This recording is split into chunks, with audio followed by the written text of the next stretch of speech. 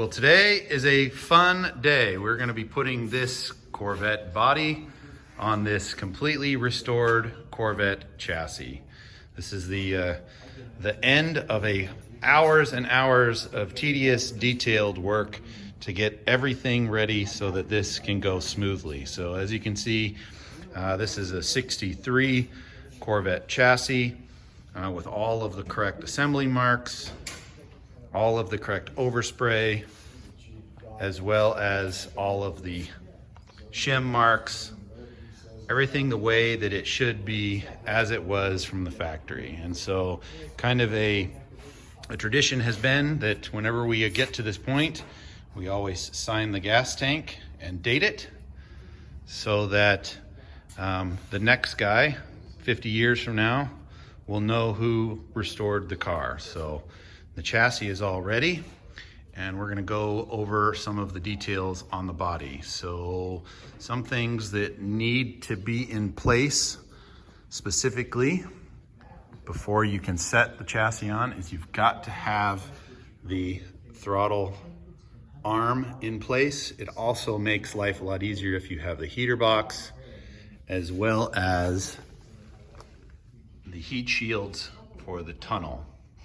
So the body, we rigged up a little H-frame on our bridge crane and we have it balanced. And we also fabricated some special pick points to make this as safe an install as we can. So without further ado, let's get this beautiful silver blue red interior Corvette installed on this chassis. Before we get to the heart of putting the body on the chassis, let's take a look back at what we started with. So the body had extensive fiberglass repair done over at the Corvette factory. They repaired all the fiberglass and did the rough test fit on those panels.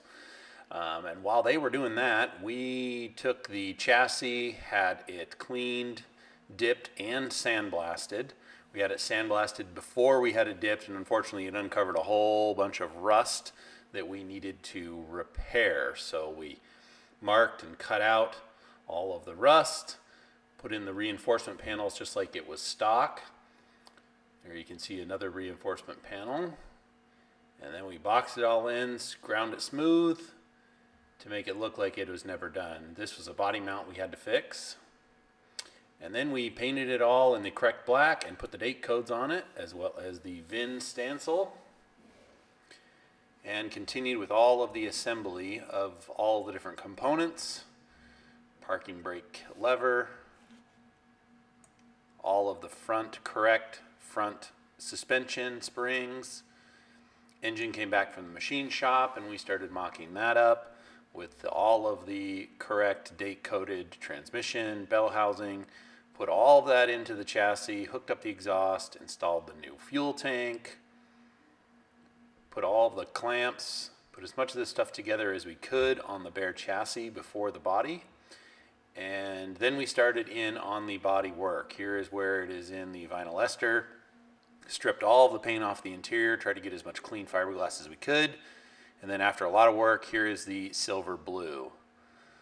This is the base coat prior to the clear coat. You can see how it's kind of a matte finish. And here it is when we're spraying the clear. We did a flow coat, so we actually sprayed 3 coats of clear and then sanded it and then sprayed 3 more coats, and here it is done, ready to be polished.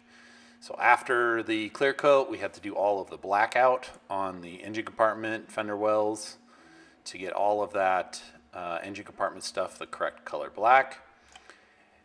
In addition, we had to dull, as per the NCRS guidelines for restorations, we dulled all of the door jambs appropriately and masked off and provided the red interior. These are the footwells in the back. Installed some of the components that are easier to install with it out, and then gave the rolling chassis to this crazy guy right here so he could put the finishing touches on it. After the owner put the finishing touches on the chassis that we assembled, we continued to assemble the body by installing all of the correct emblems, antenna, all the stuff that's very difficult to get to and get access to when the body is installed onto the chassis. And then finally we rigged up the body onto our bridge crane with our custom H-frame, and we got ready to put it on the chassis. Now that it's all ready to install on the chassis, we got as many people as we could, including the owner, to come give us a hand. And when this process starts, it really helps to have as many eyes and as many people watching as the car comes down. So once we get a little bit closer down here, you'll see quite a few people kind of going around, and all we're trying to do is get everything lined up. I'm pulling the shift knob off so it won't get hung up going through the floor. And then we just take our time, we come down and we get everything lined up and bolted together.